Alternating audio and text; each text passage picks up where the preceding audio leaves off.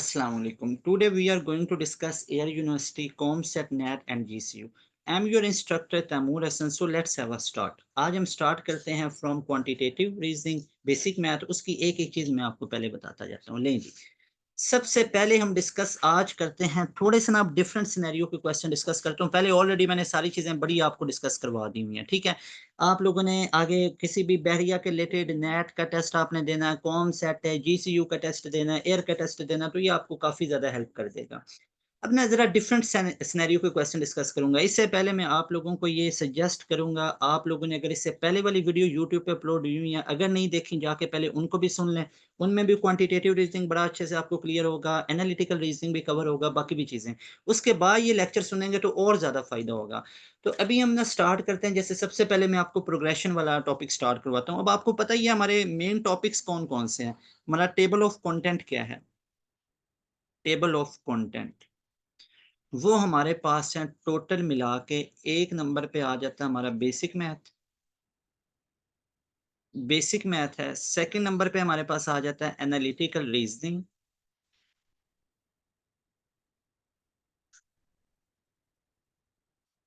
Analytical reasoning है। Third number पे हमारे पास इंग्लिश है। और फोर्थ नंबर पे हमारे पास आ जाता है सब्जेक्ट पोर्शन। सब्जेक्ट पोर्शन भी आज आपको करवाऊंगा कंप्लीट, जैसे पहले भी मैंने आपको दो चार वीडियोस के अंदर करवाया हुआ भी है, साथ साथ आपको उसका गाइड भी किया हुआ है। तो सबसे पहले हम क्यों ना स्टार्ट करते हैं बेसिक मैथ को। अब बेसिक मैथ के सारे टॉपिक्स आप लोगों के मैंने दो दो दफ़ा क्लियर कर दिए हुए हैं। आज मैं ज़रा कुछ चेंज टॉपिक डिस्कस करूंगा जिनके अंदर से क्वेश्चंस आ भी सकते हैं। जैसे पहले वाले भी हमने वही डिस्कस किए हैं जो ज़्यादा इंपॉर्टेंट है, मोस्ट इंपॉर्टेंट है। आज भी इसी तरह के डिस्कस करते हैं। पहला टॉपिक है प्रोग्रेशन के रिलेटेड। अब प्रोग्रेशन किसे कहते हैं? एक सीक्वेंस कहते हैं जिसके अंदर एक स्पेसिफिक कोई प्रॉपर्टी पाई जाती है। जैसे फॉर एग्जाम्पल, अगर मैं आपसे एक सिंपल सा क्वेश्चन पूछ लेता हूँ, पहले #01 पहला क्वेश्चन। अगर मैं आपसे पूछता हूँ कि how many number of terms, पहले बेसिक से स्टार्ट करते हैं। How many number of terms, आपने नंबर ऑफ टर्म्स का बताना है। किसके अंदर एक सीक्वेंस दे देते हैं, 20 है, 25 है, 30 है, अप टू सो ऑन चलते चलते लेके चले जाते हैं 130 तक। ठीक है, अब इसके अंदर या 140 कर लेते हैं। यहाँ पे आपने बतानी है टोटल नंबर ऑफ टर्म्स कितनी है। ऑप्शंस है आपके पास, 22 होंगी या 25 होंगी या 23 होंगी या 24 होंगी। अब जरा इसका सोल्यूशन चेक करते हैं कि कैसे होगा। जरा आप देखें, how many number of terms, मतलब नंबर ऑफ टर्म्स हमसे पूछी जा रही हैं। तो इसके लिए अगर आपको फर्स्ट टर्म का पता है, बिल्कुल पता है ये फर्स्ट टर्म है, ये लास्ट टर्म है। अगर इन दो चीजों का पता है तो बस हो जाएगा। लेकिन एक तीसरी चीज भी पता करना पड़ेगी, वो है इनका कॉमन डिफरेंस। कॉमन डिफरेंस को डी से डिनोट करते हैं और इसको आप लोग ऐसे देखते हैं, फाइनल टर्म में से जो सेकंड लास्ट टर्म है उसको माइनस करना, या सेकंड टर्म में से फर्स्ट को माइनस करना। 25 में से 20 को माइनस करेंगे 5, दैट इज कॉमन डिफरेंस। 30 में से या थर्ड में से सेकंड को माइनस करना, तो इसका 5 कॉमन डिफरेंस है। अब देखें नंबर ऑफ टर्म्स कैसे निकालेंगे। ध्यान से देखें, फर्स्ट टर्म पहले लिखनी है, फर्स्ट टर्म लिख ली, फिर माइनस लास्ट टर्म। ठीक है, पहले कौन सी लिखी? फर्स्ट टर्म, फिर minus last term, divided by D. अब डी किसे कहते हैं? कॉमन डिफरेंस को कहते हैं। और साथ में +1 कर लेना, बस दैट्स इट। अब देखें फर्स्ट टर्म कौन सी है, that is 20, minus last term कितनी है, दैट इज 140। ठीक है, डिवाइडेड बाई क्या हो जाएगा? Common difference +1। अब एक और चीज आपको बता देता हूँ, आप ये लास्ट टर्म पहले भी लिख सकते हैं। Number of terms never in negative sense, so these are always positive ना, तो इसको last term minus first term भी लिख सकते हैं। तो ये हमारे पास बन जाएगा 120, माइनस में बनेगा, इसको मैं प्लस में ही डील करूंगा, और नीचे कॉमन डिफरेंस 5 का और +1 कर लेंगे।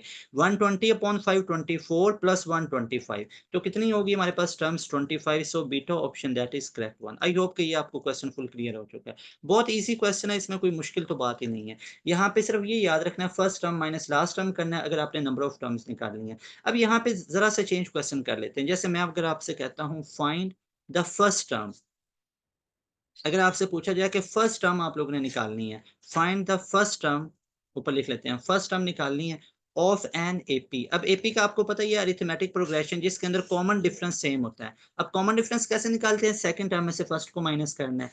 Whose eighth and twelfth term are, कौन कौन सी है? 39 एंड 59। एक वैसे आपको मैं चीज बताता हूँ, पहले मैं ऑप्शन लिख लूँ। 5, दूसरी है 6, फिर है 4, फिर डेल्टा ऑप्शन है 3 और ई ऑप्शन है हमारे पास 7। अब यहाँ पे देखें, एक चीज आप लोगों को पता ही होगी कि अगर हमने A8 लिखनी है तो A8 को कैसे लिखा जा सकता है? A1 + 7D। ठीक है ना। और इसी तरह A12 को कैसे लिखा जा सकता है, A1 + 11D। तो ये आप लोगों ने पढ़ा ही होगा और आप लोगों को इस चीज का पता ही होगा, अगर नहीं पता तो अभी याद रख लेंगे, ठीक है। तो ये चीज सबसे पहले आपको पता होनी चाहिए। अब यहाँ पे देखें, हमारे पास जो A8 लिखी हुई है, मैंने ऐसे लिख ली, तो इसको मैं कैसे लिख सकता हूँ, इसको मैं ऐसे भी तो लिख सकता हूँ ना, कि A8 जो है हमारे पास, वो हमारे पास गिवन कितनी है, 39। तो 39 = A1 + 7D लिख लिया, और इधर से क्या बन जाएगा, 59 = A1 + 11D। तो इनको मैं दोनों को एक एक इक्वेशन बना लूंगा, ठीक है। अजान हो जाए इसके बाद आगे स्टार्ट करते हैं।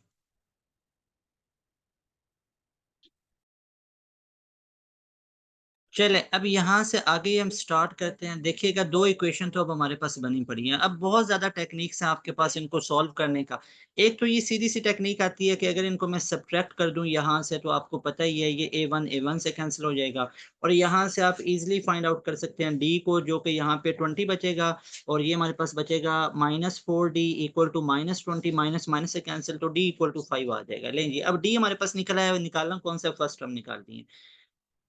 अब यहाँ पे देखें, यहाँ से आप फर्स्ट टर्म निकाल सकते हैं, ये डी की वैल्यू बैक आप इस फर्स्ट इक्वेशन के अंदर अगर मैं पुट कर देता हूँ, जरा सोचें आप लोग, डी की भी वैल्यू पता है, A1 आप लोग इधर से सेपरेट कर लेंगे, तो A1 हमारे पास कितना निकल आएगा, दैट विल बी 4। तो A1 की यहाँ से वैल्यू कितनी निकल आएगी, 4। आई होप ये आपको फुल क्लियर हो चुका है, C option is the best option. चलें जी, अब हम नेक्स्ट मूव कर लेते हैं, क्वेश्चन नंबर 3 की तरफ मूव कर जाए। बहुत ज्यादा आसान क्वेश्चन है, इनको जरा आप लोग देखते जाएं, एक्टिव होके देखेंगे ना, ऐसे परेशान होके देखेंगे तो नहीं समझ आएगी, जरा फ्रेश होके एक्टिव होके बैठेंगे तो तब ज्यादा अच्छे से क्लियर होगा, ठीक है। जैसे अब अगर मैं आपसे पूछता हूँ, ये क्वेश्चन करके दिखाएं, find 15th term of sequence, और सीक्वेंस आपको दे देते हैं एक 20, एक 15 और एक 10 का। अब थोड़ा सा तंग करने वाला सीक्वेंस है, जैसे 20, 15, 10। अब इसमें कॉमन डिफरेंस 5 का नहीं है, that is -5। Keep remember when you are going to find out common difference ना, that is subtracted first term from the second term, ठीक है ना। तो फर्स्ट को सेकंड में से माइनस करें आप लोग, ठीक है। तो 15 - 20 that will be -5, similarly 10 - 15 that will be -5। So common difference is of -5, that is constant, and that is basic gesture, basic symbol for AP progression। AP progression का ये बेस्ट सिंबल होता है कि उसमें कॉमन डिफरेंस कांस्टेंट होता है। तो यहाँ पे आप देखें, ऑप्शंस है आपके पास, 15 टर्म निकालनी है, दैट विल बी -45, या ये -55 होगी, या सी ऑप्शन -50 होगी, या डेल्टा ऑप्शन 0 होगी। जरा इसको चेक करते हैं। यहाँ पे देखिए, अब हमारे पास गिवन क्या क्या है, हमारे पास तो 15 टर्म निकालनी है। 15 टर्म को मैं कैसे लिख सकता हूँ, इसको मैं लिख सकता हूँ A1 + 14D। एक सीधी सी चीज का ये पता है, क्या A1 का पता है, बिल्कुल पता है। तो A1 हम यहाँ पे पुट करेंगे, तो क्या डी का भी पता है, डी का भी पता है, मेरे ख्याल में अब कोई प्रॉब्लम तो नहीं ना होगी। डी कितना है, -5 ही है। तो A15 कितनी निकल आएगी, ये बनेगा 20, ये बनेगा -70। तो A15 कितनी निकल आएगी, जरा बताएं तो सही, सारे स्टूडेंट बताएं A15 कितने निकले, शाबाश, जल्दी से बताएं, जल्दी से बताएं, शाबाश। फहद ने बता दिया, फरिया ने नहीं, बल्कि उन्होंने ओके सर लिखा है। इजहान ने बता दिया, गजा ने बता दिया, और बताएं। 50 तो नहीं ना, -50 है। बहुत सुस्त हुए पड़े हैं, जरा जल्दी से बताएं तो सही ना, जल्दी से बताएं। Very good. आगे नहीं मैं चलूंगा ना, आगे क्वेश्चन करेंगे नहीं हम, पहले बताएंगे सारे। Very good, very good. अब ठीक है, अशर ने भी बता दिया, वेरी गुड। बताएं शाबाश सारे स्टूडेंट। नहीं, अभी अभी कुछ और रहते हैं, ऐसे नहीं, मैं नेक्स्ट क्वेश्चन करवा रहा, अभी यहाँ पे स्टॉप करेंगे। सारे स्टूडेंट बताएंगे, एक दफा दोबारा बताएं, इसका आंसर कितना निकला है, जल्दी से बताएं। वेरी गुड, अब ठीक, -50। चलें अब हम आगे चलेंगे, तो C option is best option. अच्छा जी, अब हम चलते हैं नेक्स्ट क्वेश्चन नंबर 4 की तरफ। क्वेश्चन नंबर 4 अब देख लेते हैं, लाइक अब ये प्रोग्रेशन वाले क्वेश्चन है। चलें अब थोड़ा सा ना सम वाले के अंदर से चेक कर लेते हैं। जैसे अगर मैं आपसे कहता हूँ, सम ऑफ कर लेते हैं फर्स्ट 16 टर्म्स, ठीक है। फर्स्ट 16 टर्म्स किसकी, of an arithmetic progression, whose first term whose first term that will be 5, और थर्ड टर्म उसकी कर लेते हैं, दैट विल बी 25। ठीक है, 25 नहीं करते, आंसर जरा बना लेंगे, इजी इजी वाले 15 कर लेते हैं, ठीक है। तो अब जैसे इसका सम कितना होगा, 600 होगा, या इसका 765 होगा, या 640 होगा, या हमारे पास 680 होगा, या ई ऑप्शन कर लेते हैं 690 होगा। जरा सोच समझ के बताएं आप लोग, नहीं सोचा जा रहा कोई मसला नहीं है। I am your teacher, I will explain इंशाल्लाह। अब देखें, सबसे पहले हम देख लेते हैं सम हम लोगों ने निकालना है। हमारे पास गिवन क्या क्या है, एक हमारे पास है फर्स्ट टर्म A1 कितनी है, 5 है, और एक ए थर्ड है हमारे पास जो कि 15 है। क्या डी का पता है? जरा सोचें, डी हमें क्या पता चल सकता है? तो डी हमारे पास अगर थर्ड टर्म ये है 5 15, तो मेरे ख्याल से सेकंड टर्म तो 10 होनी चाहिए और डी मैंने गेस कर लिया 5 होगा। ठीक है ना, जाहिर बात है, अगर ए 5 से अब डायरेक्ट जंप थोड़ी ना हुआ है, 5 के बाद 10 भी तो होगा ना डेफिनेटली, ऐसे थोड़ी होगा 5 8 है फिर 15 है, खुद कह रहा है वो एपी के अंदर है, तो एपी के अंदर है तो भाई कॉमन डिफरेंस तो सेम हो सकता है ना। 5 15 में आप क्या रखेंगे तो ये कॉमन डिफरेंस सेम होगा, जरा सोचते हैं। 12 रखें, 12 तो बन ही नहीं सकता कॉमन डिफरेंस, 10 रखेंगे ना डेफिनेटली 10 ही होगा, तो कॉमन डिफरेंस तो 5 का ही बनेगा। चलें ये तो हमने कर लिया, अब हमने क्या करना है, सम ऑफ फर्स्ट 16 टर्म्स करना है। तो 16 टर्म्स का करना है ना, तो 16 टर्म्स को आप लोग कैसे लिख सकते हैं, उसको हम लिख सकते हैं A1 प्लस 15D। एम आई राइट? एम आई राइट? बिल्कुल ठीक है।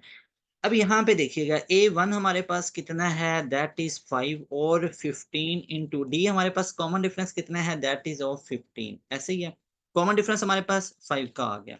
तो ये अब देखिएगा हमारे पास 5 प्लस 15 इंटू 5, ये हमारे पास कितना बन जाएगा, 75 प्लस 5, तो ये हमारे पास हो जाएगा 80।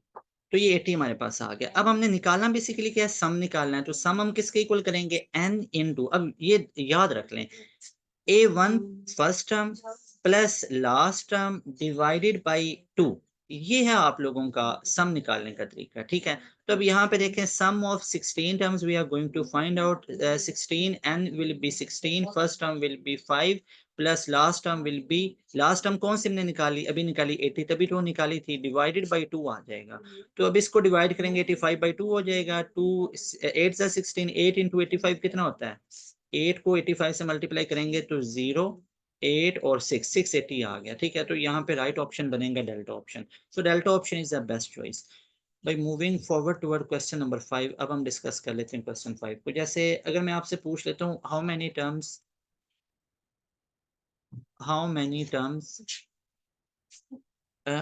टर्म्स इन ज्योमेट्रिक प्रोग्रेशन, और ज्योमेट्रिक प्रोग्रेशन में मैं आपको दे देता हूँ 5 20 80 320 और अप टू सो ऑन चलते चलते 20,480। इसका आपने बताना हाउ मेनी टर्म्स है। ऑप्शंस है आपके पास 5 6 8 9 या 7। यहाँ पे देखें, अब आप लोग, हमने नंबर ऑफ टर्म्स को फाइंड आउट करना है। हमारे पास गिवन क्या है, एक ज्योमेट्रिक प्रोग्रेशन का सीक्वेंस गिवन है। अब ज्योमेट्रिक का आपको पता ही है, उसमें कॉमन रेशियो होती है। अब कॉमन रेशियो को आर से डिनोट करते हैं, कैसे निकलता है, सेकंड टर्म को फर्स्ट पे डिवाइड करेंगे और ये common ratio through out same रहेगी। 80 को 20 पे करते हैं तो भी 4 ही आता है, 320 को 8 पे करते हैं तो भी 4 ही आता है। तो इस तरह ये हमारे पास कॉमन रेशियो निकल आई है। अब हम लोगों ने अगर निकाली है ना लास्ट टर्म, तो वो लास्ट टर्म कैसे निकाली जाती है, उसका भी एक रिलेशन आप लोग देख लें। Last term will be A1 into R N minus one, ये लास्ट टर्म का हमारे पास होता है। तो हमने हाउ मैनी टर्म्स मतलब फाइंड आउट करनी है ना, तो यहाँ से अब एन ही तो हमने निकालना है। अब लास्ट टर्म हमारे पास से ये कितनी गिवन है, दैट इज 20,480, और ये इक्वल टू A1 हमारे पास कितनी है, that is 5 multiply by R कितना है, ये 4 है, n माइनस वन आ गया। अब n हम लोगों ने नंबर ऑफ टर्म्स को निकालना है। इसको हम ऐसे कर सकते हैं कि ये 4n माइनस वन, और इधर ये 5 मल्टीप्लाई हो रहा है, उधर जाके डिवाइड हो जाएगा, तो ये बन जाएगा 20,480 बाई 5। तो ये 5 पे हो सकता है, 5 को 4 से करेंगे, फिर 5 को हम करेंगे 9 के साथ, तो 3, तो ये इस पे हो सकता है। तो ये देखिएगा 4n माइनस वन, तो ये हो गया, पहले 5 4 ज़ा ये 20, फिर 5 को 9 से करेंगे, और उसके बाद अब यहाँ पे देखिएगा 3, तो 5 को हम करेंगे 6 के साथ। अब यहाँ पे देखें ये 4n माइनस वन है, अब इसको हम क्या लिख सकते हैं, 4 रेज टू पावर 6 लिख सकते हैं। अब ये बेस सेम है, पावर इनकी इक्वल पुट कर लेंगे, तो n minus one will be equal to 6, तो यहाँ से n हमारे पास कितना आ जाएगा, 7 आ जाएगा। तो E option that is best option. I hope ये वाला क्वेश्चन भी आपको फुल क्लियर हो चुका है। So that was all about your arithmetic progression. अब हम कुछ और क्वेश्चंस को डिस्कस कर लेते हैं। जैसे हमारे पास आ जाते होते हैं, ट्रू डिस्काउंट के रिलेटेड आ जाते हैं। अगर डिस्काउंट के रिलेटेड है, इसके रिलेटेड 2-4 क्वेश्चंस आपको करवा देता हूँ। इसको हम हेडिंग लगाएंगे ट्रू डिस्काउंट। अब इससे पहले मैंने आप लोगों को जो लेक्चर्स दिए थे ना, आज तो आप लोगों की ये फाइनल क्लास है, ये इस तरह जो वन शॉट लेक्चर है, कल आप लोगों की कैरियर काउंसलिंग के रिलेटेड होगी। तो उससे पहले जो वीडियो आपकी अपलोड हुई है ना यूट्यूब के ऊपर, उनको आप लोगों ने लाजमी जाके देख लेना एक दफ़ा। उसके अंदर ये वाला टॉपिक मैंने पहले नहीं डिस्कस करवाया होगा, तो इसको डिस्कस करते हैं। जैसे अगर मैं आपसे पहला क्वेश्चन यहाँ पे डिस्कस करता हूँ इसके रिलेटेड, कि the true discount on RS 2562 due 4 months, hence is RS 122। आपने इसका रेट परसेंट निकालना है। What will be rate percent? क्या ये 12% होगा, या 13% होगा, या 15% है, या डेल्टा ऑप्शन कर लेते हैं 14%। हम लोगों ने निकालना है इसमें से क्या है, रेट परसेंट निकालना है।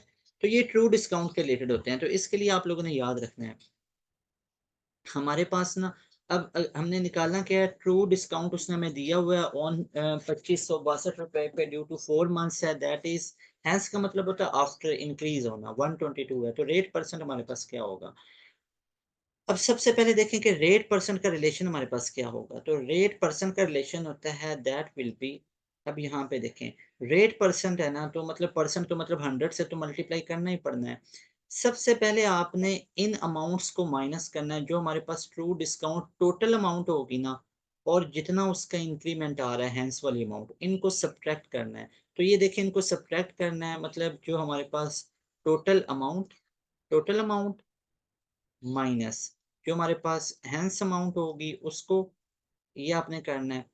टोटल अमाउंट जो हमारे पास होगी, इन दोनों को आपने माइनस कर लिया, और डिवाइड आप लोगों ने करना है, वही जो आपके पास ये आंसर आएगा, मतलब इस पे आप लोगों ने डिवाइड करना है सेम पे, जो मतलब इनको माइनस करना और इस पे आपने डिवाइड करना है, मल्टीप्लाई बाई 1/3, और साथ आपने मल्टीप्लाई बाई 100 कर लेना परसेंट के लिए। तो अब ये देखिए हमारे पास कितना बनेगा, दैट विल बी, अब यहाँ पे चेक कर लेते हैं टोटल अमाउंट हमारे पास कितनी है, दैट इज 2562 माइनस 122, ठीक है, और डिवाइडेड बाई हमारे पास कितना हो जाएगा, दैट विल बी 24। अब इसको अगर हम माइनस करते हैं तो ये कितना निकलता है, 2440 मल्टीप्लाई बाई 1/3 और मल्टीप्लाई बाई 100 करेंगे, तो ये अगर आप कैलकुलेट करेंगे तो अप्रोक्सीमेटली 15% बनेगा। C option will be the best option. इसके बाद एक और क्वेश्चन डिस्कस कर लेते हैं, क्वेश्चन नंबर 2 को। इसके रिलेटेड वैसे आप लोगों के एयर वगैरह के अंदर क्वेश्चंस आएंगे नहीं, वैसे ही एक टॉपिक रहता था, तो मैंने कहा मैं आपको डिस्कस करवा देता हूँ। अब जैसे क्वेश्चन कर लेते हैं कि goods were bought for RS 600 and sold the same for 688.50 at credit of 9 months, ठीक है,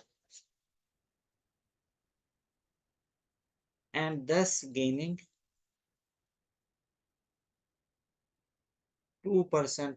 आपने बताना है rate of interest per annum. Annum का मतलब होता है पर ईयर, वो कितना होगा। ऑप्शन है आपके पास 16 × 2/3% या 14 × 1/2%। सी ऑप्शन है आपके पास 13 × 1/3%, और डेल्टा ऑप्शन है आपके पास कर लेते हैं 13 × 1/3%, और ई ऑप्शन आपके लिए कर लेते हैं 15%। लें जी, अब इसका ज़रा देखते हैं इसको हम कैसे सॉल्व कर सकते हैं।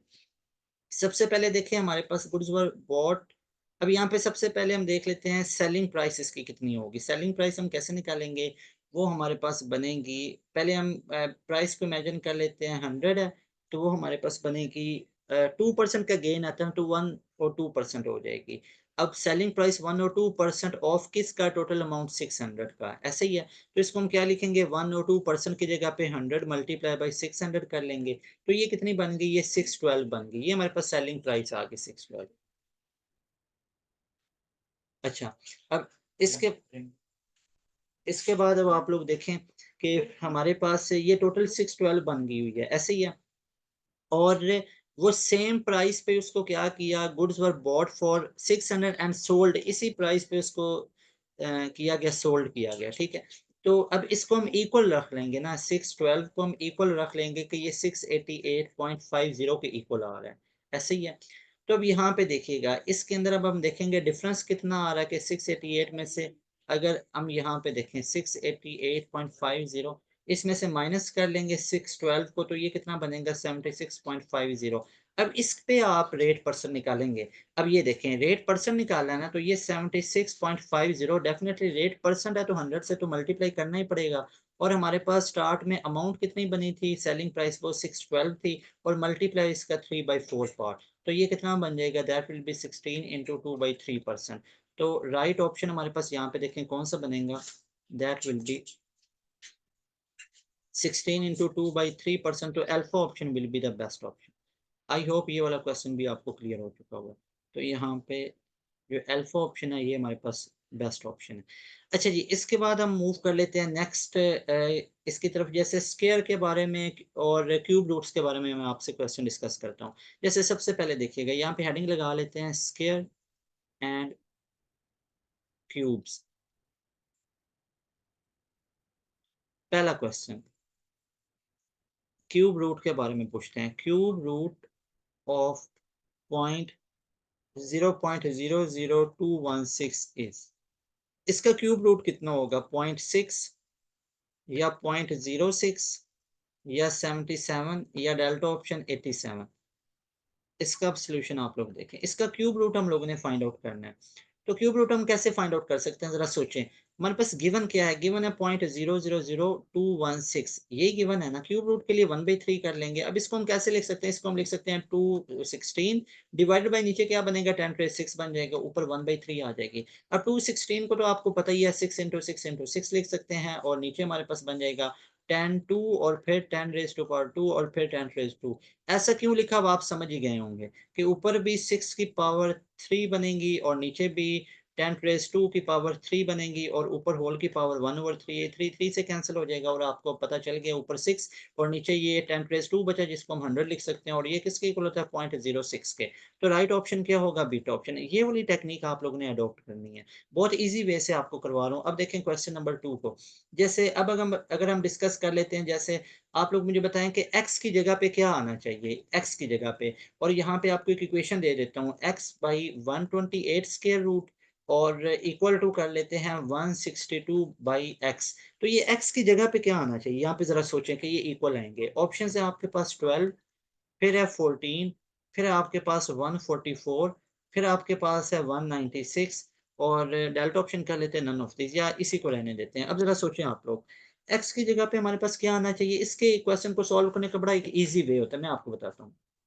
क्रॉस मल्टीप्लाई करें, एक्स एक्स से करेंगे तो एक्स स्केयर हो जाएगा, और इसको एक इसके रूट में मैं लिख लेता हूँ 128 मल्टीप्लाई बाय 162। अब सारी गेम ही इसको सॉल्व करने की है। इसका एक इजीएस्ट वे देखें, एक्स स्केयर है ना, तो ये इक्वल टू, इसको आप लोग कैसे लिख सकते हैं, 64 मल्टीप्लाई बाई 2। और 162 को हम क्या लिख सकते हैं, इसको हम लिख सकते हैं 18 मल्टीप्लाई बाई 9, क्योंकि अब इसका तो हमारे पास एक कंप्लीट स्केयर वगैरह बनेगा ना।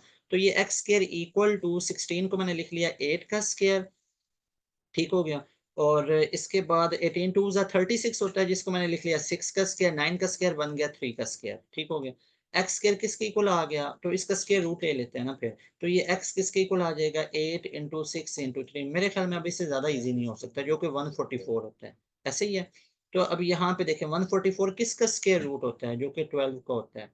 ऐसे ही है, ये इससे कैंसिल हो गया ना, बल्कि तो ये तो एक्स स्केयर ही आएगा ना, ये तो एक्स स्केयर ही आएगा, ये खुद ही कैंसिल हो जाएंगे ना। इधर तो एक्स स्केयर ही होगा, तो इधर अब दोबारा ये एक्स स्केयर की वैल्यू आएगी ना। देखना यहाँ पे मैंने ये पहले ही स्केयर इसका काट दिया था, पहले तो नहीं कटेंगे, सिर्फ यही कटेंगे ना सारे। तो ये तो लेफ्ट साइड पे तो as it is X square रहेगा। अब इसका स्केयर रूट लेना पड़ेगा, तो एक्स की वैल्यू 12 आएगी। तो इसलिए हमारे पास alpha option will be the best option. I hope ये वाला क्वेश्चन भी आपको क्लियर हो चुका है। अब हम इसका डिस्कस कर लेते हैं क्वेश्चन नंबर 3 को। जैसे अगर मैं आपसे पूछता हूँ, आप लोग मुझे बता दें, perfect least perfect square which is divisible by each of 21, 36 and 66, that will be, ये कितना होगा हमारे पास, ये 213 444 होगा, या 214344 होगा, या सी ऑप्शन 2 1 4 4 3 4 होगा, या डेल्टा ऑप्शन 2 3 1 4 4 होगा। चलिए जी जरा देखते हैं इसका हमारे पास राइट ऑप्शन क्या बनेगा। चलें, सबसे पहले अब देखें हमारे पास गिवन क्या है। ये वाली तीनों चीजें गिवन, इनका हम सबसे पहले तो ले लेंगे एलसीएम।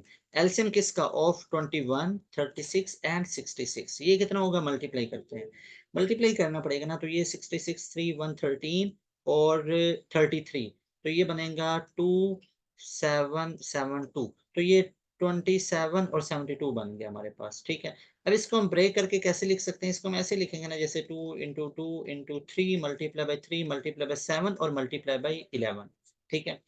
अब यहाँ पे देखें, अब परफेक्ट स्केयर के लिए ना हमने क्या करना है, इनको मल्टीप्लाई करवा देना है स्केयर के साथ। तो ये बन जाएगा 2 स्केयर मल्टीप्लाई बाई 3 स्केयर। तो ये 7 स्केयर भी बना लिया हमने, 7 से भी मल्टीप्लाई कर लिया और 11 से भी मल्टीप्लाई कर लिया, क्योंकि ये एक परफेक्ट स्केयर बनाने के लिए। तो अब ये देखें, अब इसका अगर हम स्केयर एक्सपैंड करेंगे तो ये कितना बनेगा, 2 1 3 और 4 4 4। तो राइट ऑप्शन हमारे पास क्या बनेगा, 2 1 3 4 4। Alpha option will be the best option. दो और क्वेश्चन डिस्कस कर लेते हैं। क्वेश्चन नंबर 4 को देख लें। ये वाले क्वेश्चन इतने ज़्यादा रिपीट नहीं होते हैं। अब चीज़ें पहले सारी ऑलरेडी क्लियर करवाई हुई हैं, जो पहले कल परसों या उससे पहले क्लासेस हुई हैं। तो अब मैं कोशिश कर रहा हूँ वो वाली डायमेंशन आपके साथ कवर करूँ जिनमें से पॉसिबल है, मे भी पॉसिबल आप कह सकते हैं कि मे कम और मे नॉट कम। ये नहीं है कि अब आएगा ही आएगा, मतलब इसमें चांसेस है, मे कम और नॉट कम, ठीक है, मे नॉट। तो इसमें लेकिन हम रिस्क नहीं लेंगे, इस तरह के क्वेश्चंस भी करेंगे। 1.5625 ये किसके इक्वल होगा, ऑप्शन है आपके पास। 1.05 के इक्वल होगा, या 1.25, या 1.45, या डेल्टा ऑप्शन 1.4, ये तो कर दिया, या डेल्टा ऑप्शन कर लेंगे 1.55।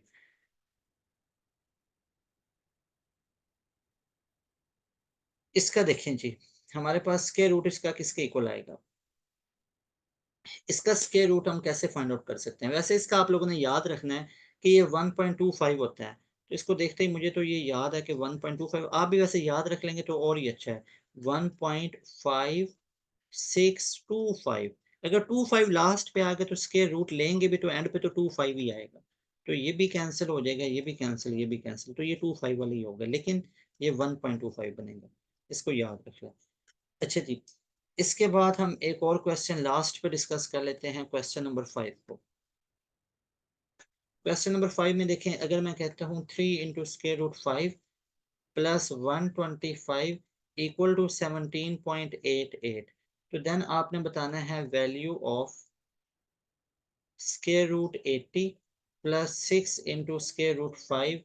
ये हमारे पास किसके इक्वल होगी, ऑप्शन है आपके पास 13.41, दूसरा ऑप्शन है 20.46, और सी ऑप्शन आपके पास है 21.66, या डेल्टा ऑप्शन आपके पास है 22.35। लेकिन जी अब इसको स्टार्ट करते हैं। सबसे पहले अब आप लोग देखें, हमारे पास गिवन क्या है, स्क्वायर रूट 3 × √5 प्लस 125, ये इक्वल टू 17.88 आ रहा है, ऐसे ही है।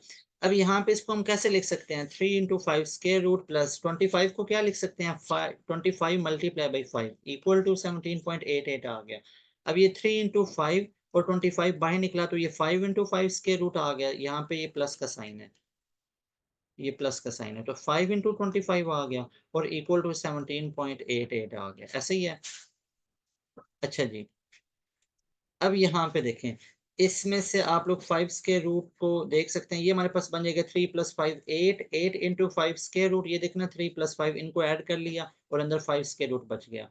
तो ये हमारे पास अब क्या होगा, इसका एक और मैंने यहाँ पे ये देखें, ये इधर हमारे पास 5 बचेगा, तो ये हमारे पास क्या आ गया, 5 × 5 स्क्वायर रूट। तो ये 8 इस तरह बन गया इक्वल टू 17.88। तो स्क्वायर रूट 5 की वैल्यू हम लोगों ने फाइंड आउट करनी है, तो ये कितने हो जाएगी, 2.235। अब हम लोगों ने वैल्यू किसकी फाइंड आउट करनी है, 80 square root plus 6 × 5 square root, बस ये वैल्यू पुट कर दें। 80 को आप लोग लिख सकते हैं 16 × 5 स्क्वायर रूट और प्लस 6 × 5 स्क्वायर रूट। मेरे ख्याल में अब आपको फुल क्लियर हो चुका है। तो ये बन गया 4 × 5 square root plus 6 × 5 square root. 5 square root की वैल्यू नहीं पता थी, वो तो इधर से हमने निकाल ली, ये देख सकते हैं, ये पुट कर दें इधर। तो इसको अगर 4 से मल्टीप्लाई करेंगे तो ये 10, और प्लस 10 मल्टीप्लाई बाई 2.23, तो ये हमारे पास बनेगा अप्रोक्सीमेटली 22.35। तो राइट ऑप्शन हमारे पास बनेगा डेल्टा ऑप्शन। आई होप ये वाले क्वेश्चंस भी आपको फुल क्लियर हो चुके हैं। अच्छा जी, ये हमारे पास बेसिक मैथ के रिलेटेड था। अब मैं आपको यहाँ पे एनालिटिकल रीजनिंग का एक क्वेश्चन करवा देता हूँ, असाइनमेंट करवा देता हूँ उसके रिलेटेड। इंशाल्लाह उसमें काफ़ी हेल्प हो जाएगी। अब हम डिस्कस करते हैं एनालिटिकल रीजनिंग को।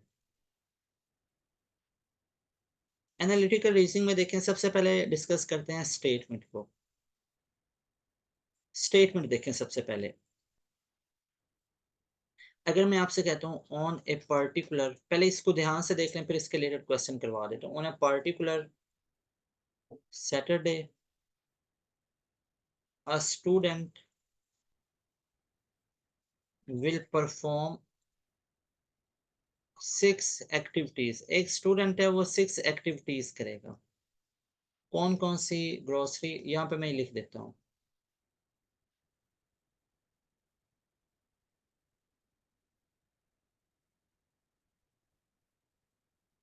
ट्रिमिंग, जॉगिंग, फिर किचन, ठीक है, और फिर क्लीनिंग, फिर लॉन्ड्री, और फिर कर लेते हैं, हमारे पास कितनी होगी? 1 2 3 4 5 6 7 8। अब वो 6 एक्टिविटीज करेगा यहाँ पे। तो यहाँ पे ये हमारे पास होगी 1 2 3 4 5 6। मतलब इसके अंदर से वो 6 एक्टिविटीज करेगा। मैं आपको बताता हूँ। लॉन्ड्री, और कर लेते हैं यहाँ पे मोटर बाइक सर्विंग। अब यहाँ पे देखें, each activity will be perform once. ठीक है, एक दफा होगी, एट अ टाइम। अब यहाँ पे कुछ कंडीशंस हैं। कंडीशंस पहले आप लोग देख लें। इसमें से 6 एक्टिविटीज वो करेगा। कंडीशंस हैं कि जो ग्रोसरी हमारे पास से शॉपिंग होगी ना, ग्रोसरी शॉपिंग,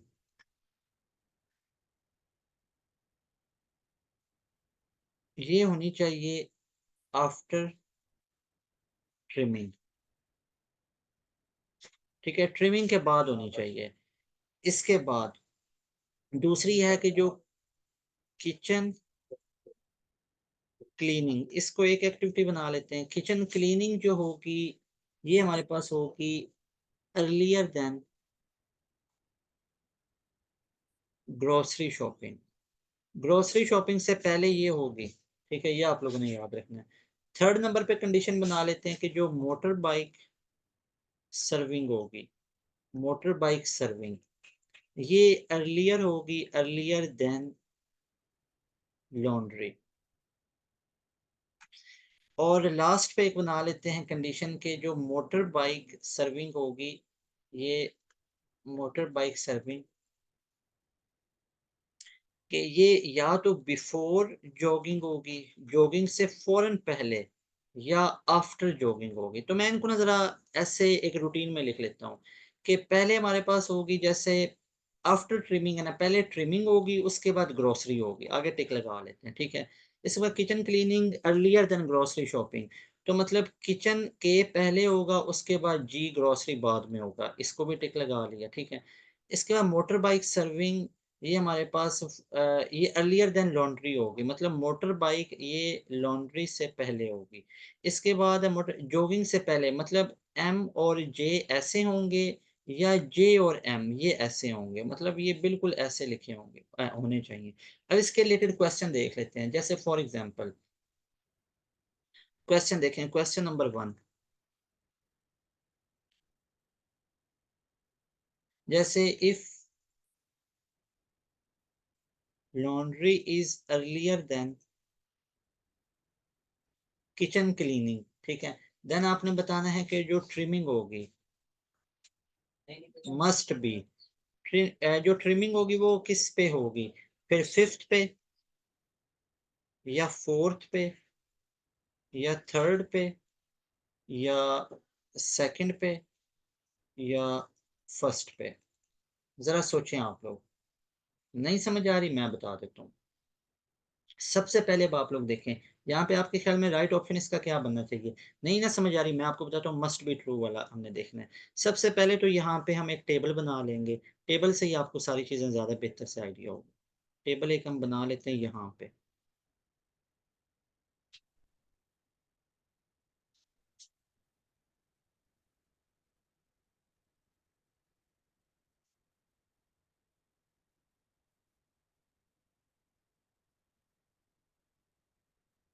ये 1, ये 2, ये 3, यहाँ पे 4, यहाँ पे 5 और 6।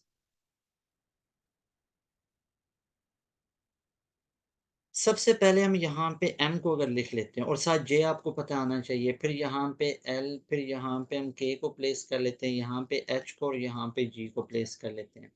अच्छा, अब ऐसा भी तो हो सकता है g और m की अगर हम जगह चेंज कर दें, बाकी सारा एज इट इज़ आ जाए, l, k, h और g। तो यहाँ पे देखें, वो कह रहा है कि ट्रिमिंग जो है, ठीक है, अब वो कहाँ पे होनी चाहिए? अब ये देखें,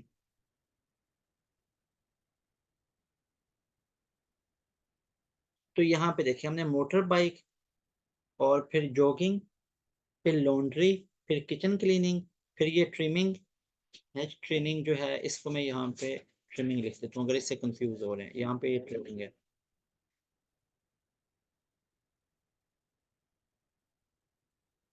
तो ये देखें ट्रिमिंग किस पे आ रही है, ये फिफ्थ पोजीशन पे आ रही है, ऐसे ही है। तो right option will be alpha option. I guess कि ये अब आपको फुल क्लियर है। इसके रिलेटेड डिस्कस कर लेते हैं एक और क्वेश्चन को। क्वेश्चन नंबर 2 देखें। क्वेश्चन नंबर 2 देख लेते हैं। आपने मुझे बताना है which one of the following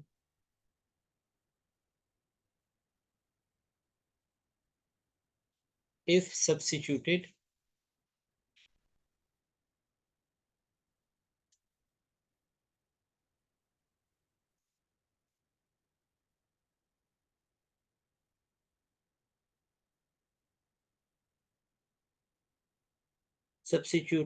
for the condition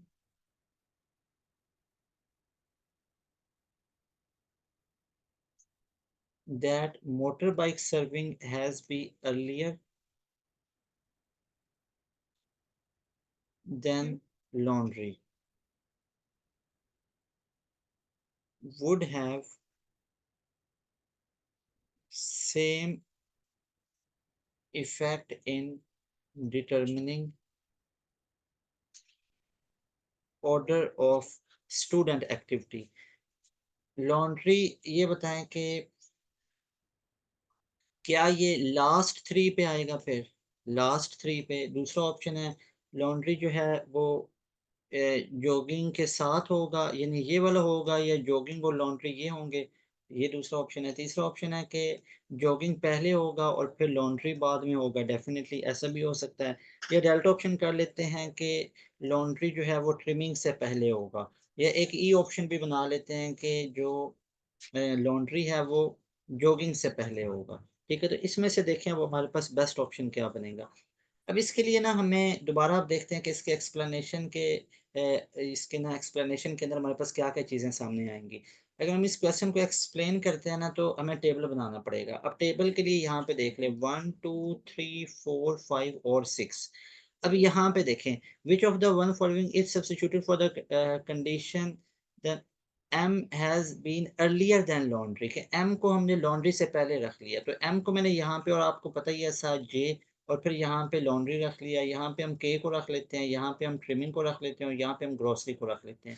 तो अब यहाँ पे देखें हमारे पास कंडीशन कौन सी फुलफिल हो रही है? क्या लास्ट थ्री पे आ रहा है? बिल्कुल भी नहीं, ये भी गलत होगी। क्या ये लॉन्ड्री और जॉगिंग, क्या ये वाली, या जॉगिंग और लॉन्ड्री ऐसे हम इसको कर सकते हैं?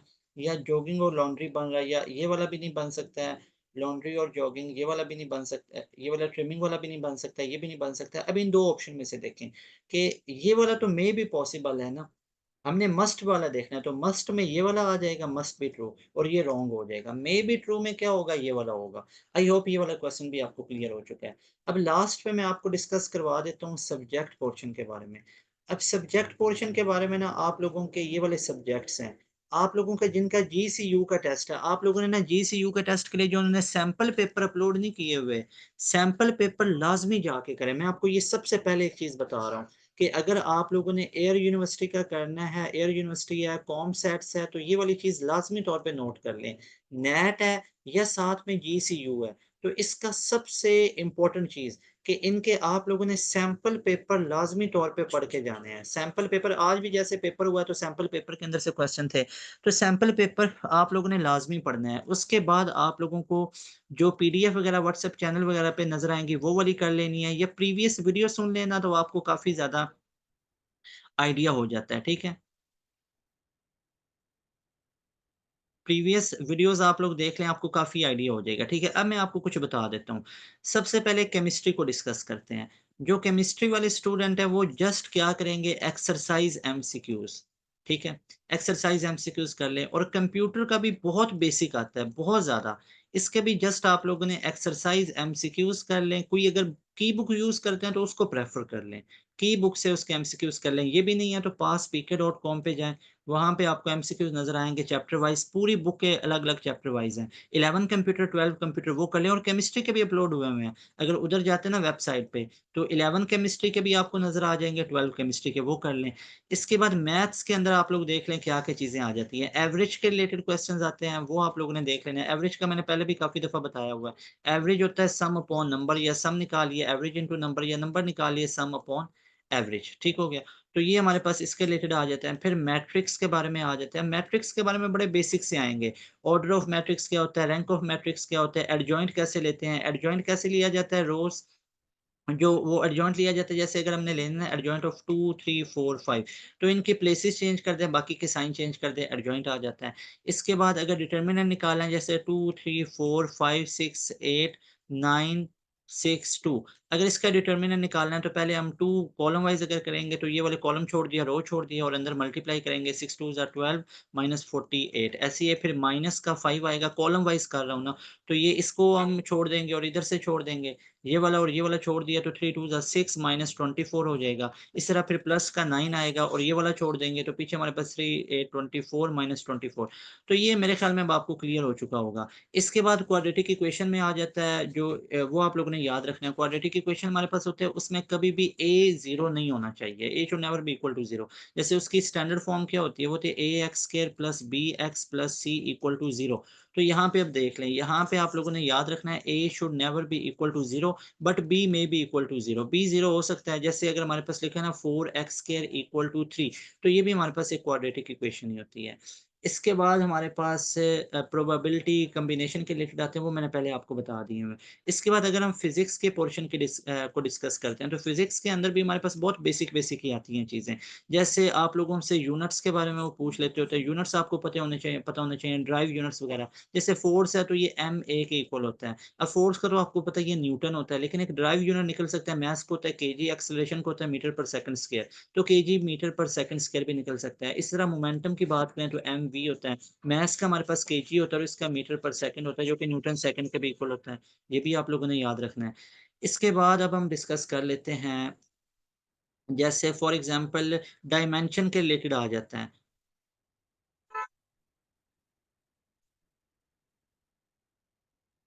अब डायमेंशंस के रिलेटेड देख लें। डायमेंशंस के रिलेटेड जैसे हमारे पास डेंसिटी की मैंने पहले भी बताई थी, मास पर यूनिट वॉल्यूम है। मास की कैपिटल एम आ जाती है, वॉल्यूम के हमारे पास एल क्यूब तो ऊपर जाके एल माइनस 3 हो जाती है। ये भी याद रखनी है आप लोगों ने। इसके बाद जैसे प्रेशर की बड़ी इंपॉर्टेंट है, force per unit area. Force की आप लोगों को पता है एम ए है तो एम एल टी माइनस 2 होगी और एरिया की एल स्क्वायर है ना तो ऊपर एक एल, एल से कैंसिल हो गया तो ये एल माइनस 1 बन गई। इसके बाद आप लोग एनर्जी की निकाल सकते हैं। एनर्जी की जब भी निकालनी है काइनेटिक एनर्जी से निकालें, बहुत बेस्ट है। Half M V square, we all know dimension analysis does not give any information about constant, so mass will be M and velocity will be L square T minus 2 क्योंकि ये होता है ना L T minus 1 तो ये बन जाएगा M L square T minus 2 और यही डायमेंशन किसकी होती है? एनर्जी की भी और यही होती है वर्क की भी। तो ये वाली चीज़ें हमारे पास आती है। मज़ीद आप प्रीवियस वीडियो सुन लेंगे तो आपको काफ़ी हेल्प हो जाएगी। आई होप आज का लेक्चर आपके लिए हेल्पफुल हुआ होगा। आप लोगों ने अच्छे तरीके से अपना टेस्ट अटेम्प्ट करना। बहुत ज़्यादा दुआएँ आप लोगों के लिए। अल्लाह पाक आप सबको इंशाल्लाह कामयाब करे। अस्सलाम वालेकुम, अल्लाह हाफ़िज़।